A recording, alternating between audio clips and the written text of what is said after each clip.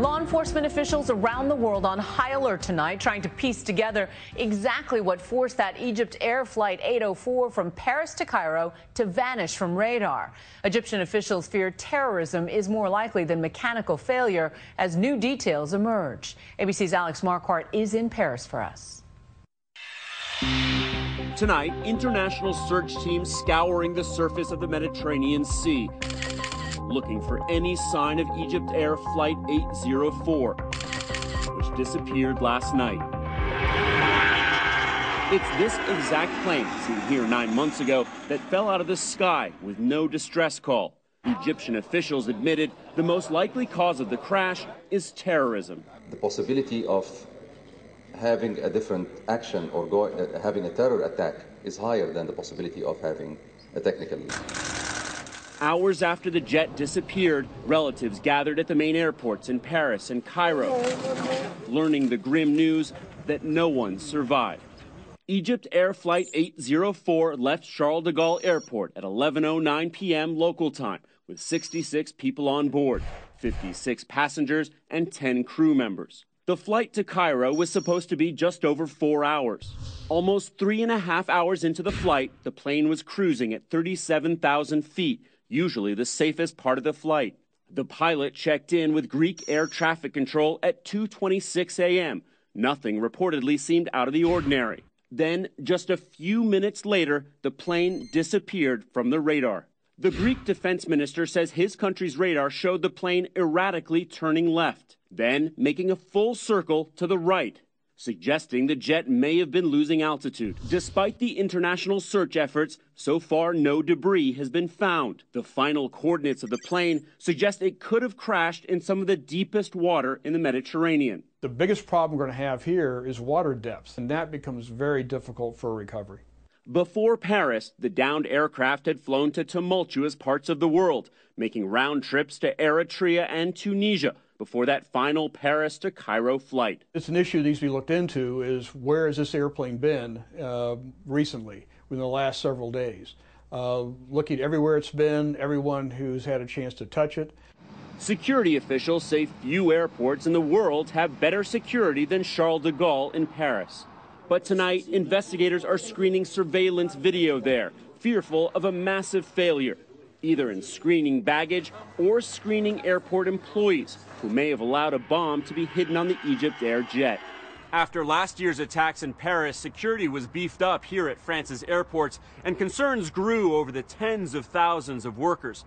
More than 70 of the so-called red badges that give access to secure areas were either revoked or not renewed over fears of radicalization.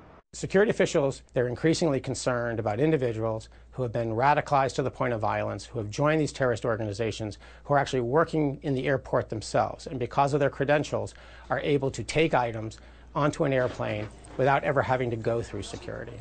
This is what investigators suspect happened to Metrojet Flight 9268. Last October, the Russian charter flight crashed after taking off from Egypt's resort town of Sharm el-Sheikh. All 224 people on board were killed. In the past, we never would have suspected that somebody would be complicit in putting a bomb in the cargo hold of an airplane.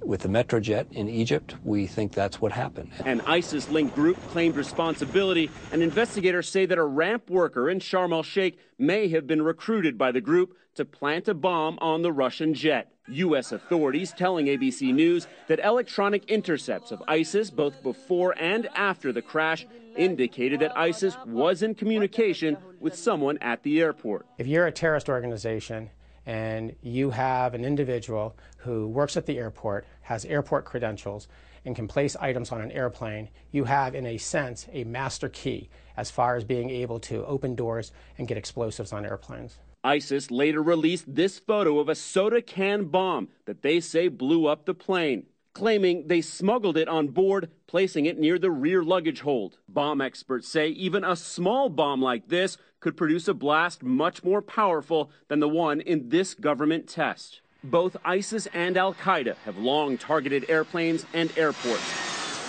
Aviation security officials have also been warning of possible bombs hidden in laptop computers.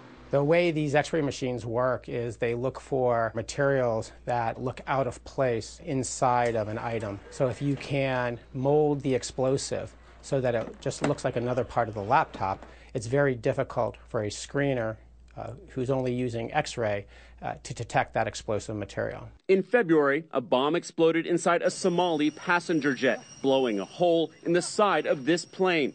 Amazingly, it was able to land safely. Traces of explosives were found on the plane, and authorities believe the bomb was rigged inside a laptop.